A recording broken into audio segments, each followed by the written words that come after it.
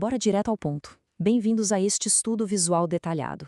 Hoje a gente vai fazer uma análise super profunda do livro de Ageu. Olha, pode até ser um texto curtinho, com só 2 capítulos lá no Antigo Testamento, mas carrega uma mensagem simplesmente monumental, que ecoa pelos séculos. O foco aqui, a reconstrução das nossas prioridades. A gente vai explorar o contexto histórico, a mensagem central que é fortíssima e, claro, a aplicação prática para a nossa vida espiritual. É quase inacreditável como um documento tão antigo consegue ser tão cirúrgico para diagnosticar problemas que a gente vive hoje, né? Nosso roteiro tem 5 paradas bem claras: contexto histórico, a mensagem de Ageu, a resposta do povo, as promessas de glória e, para fechar, a aplicação prática. Vamos decodificar essa história juntos.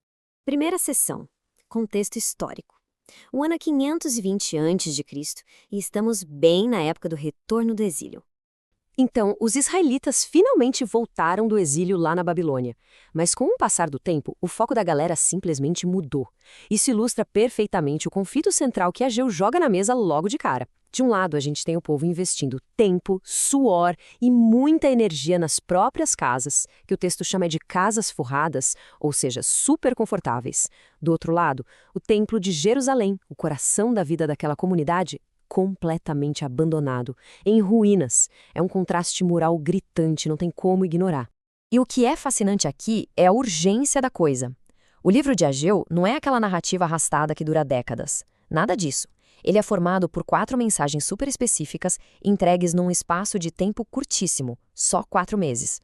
O profeta fala com uma precisão cirúrgica de calendário, ali do 6º ao 9º mês, e chama a responsabilidade da liderança, cobrando diretamente o governador Zorobabel e o sumo sacerdote Josué. Isso já nos puxa para a nossa segunda sessão, a mensagem de Ageu, que funciona como um verdadeiro diagnóstico espiritual da nação. O mais legal é que Ageu não perde tempo com conceitos abstratos, sabe? Ele aponta o dedo direto para a realidade do dia a dia e para os problemas econômicos do povo. O X da questão aqui é o desalinhamento espiritual. O profeta define isso basicamente como aquela fase em que a gente sofre falhas físicas e financeiras crônicas simplesmente porque os interesses pessoais passaram por cima das nossas fundações essenciais. Aquela seca severa e as colheitas desastrosas que eles estavam enfrentando não eram só um azar climático. O texto liga isso diretamente ao abandono espiritual. As consequências físicas que as fontes originais relatam chegam a doer de tão reais. Semear um monte, mas colher quase nada. Comer e beber, mas nunca ficar satisfeito. E aí vem aquela metáfora que bate forte até hoje. É como receber o salário e colocar tudo num saco furado. Nossa, quem nunca se sentiu assim? É a descrição perfeita daquela exaustão sem fim, onde a gente trabalha e trabalha e vê os recursos simplesmente evaporarem no ar. E aí vem a famosa frase: considerai os vossos caminhos. Essa é a âncora que Ageu lança e que vai se repetindo ao longo do texto. É literalmente um pedido de parada obrigatória. Um momento que exige uma reflexão super profunda sobre rotinas que entraram no automático e estão totalmente erradas. Não é só uma bronca gratuita, tá? É um convite super racional para olhar com honestidade para os próprios resultados e admitir, olha, esse jeito de fazer as coisas simplesmente não está funcionando. O que nos leva à nossa sessão 3, a resposta do povo, marcando o verdadeiro ponto de virada dessa história toda. A gente sabe que muitas vezes, quando vem uma correção dura assim, a galera simplesmente ignora. Mas o que acontece aqui é um processo de restauração absurdamente metódico. Primeiro, eles ouviram de verdade a voz do profeta. Segundo, demonstraram temor a Deus.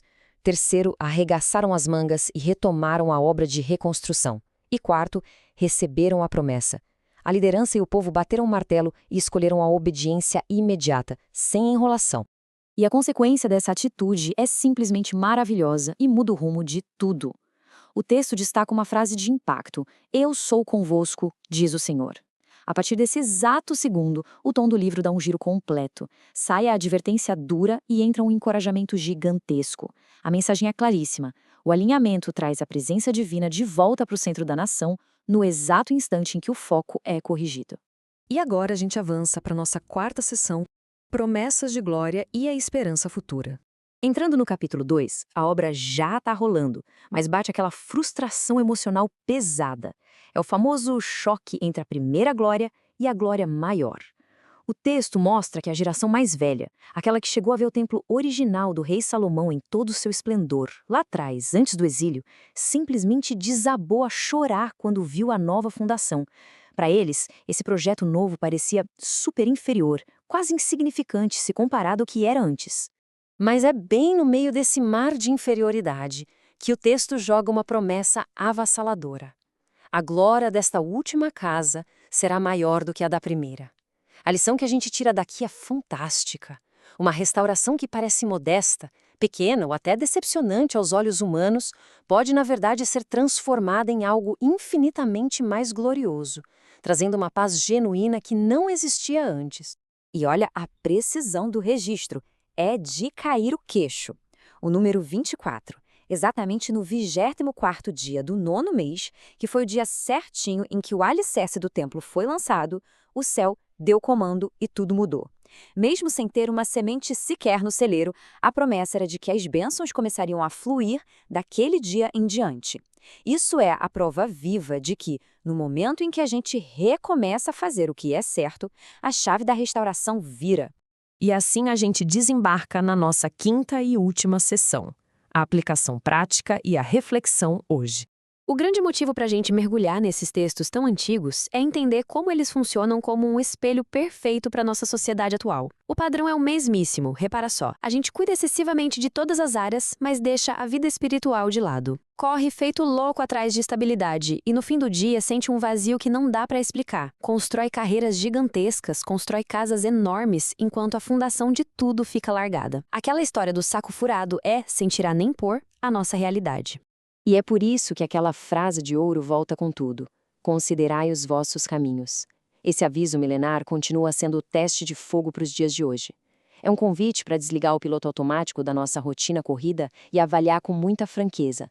Será que essa busca obsessiva por estabilidade material não está, no fundo, sabotando a nossa fonte de verdadeira prosperidade e significado? Para resumir a essência de todo esse estudo, quando a fundação espiritual volta a ser a prioridade número 1, todas as outras coisas começam a encontrar o seu lugar.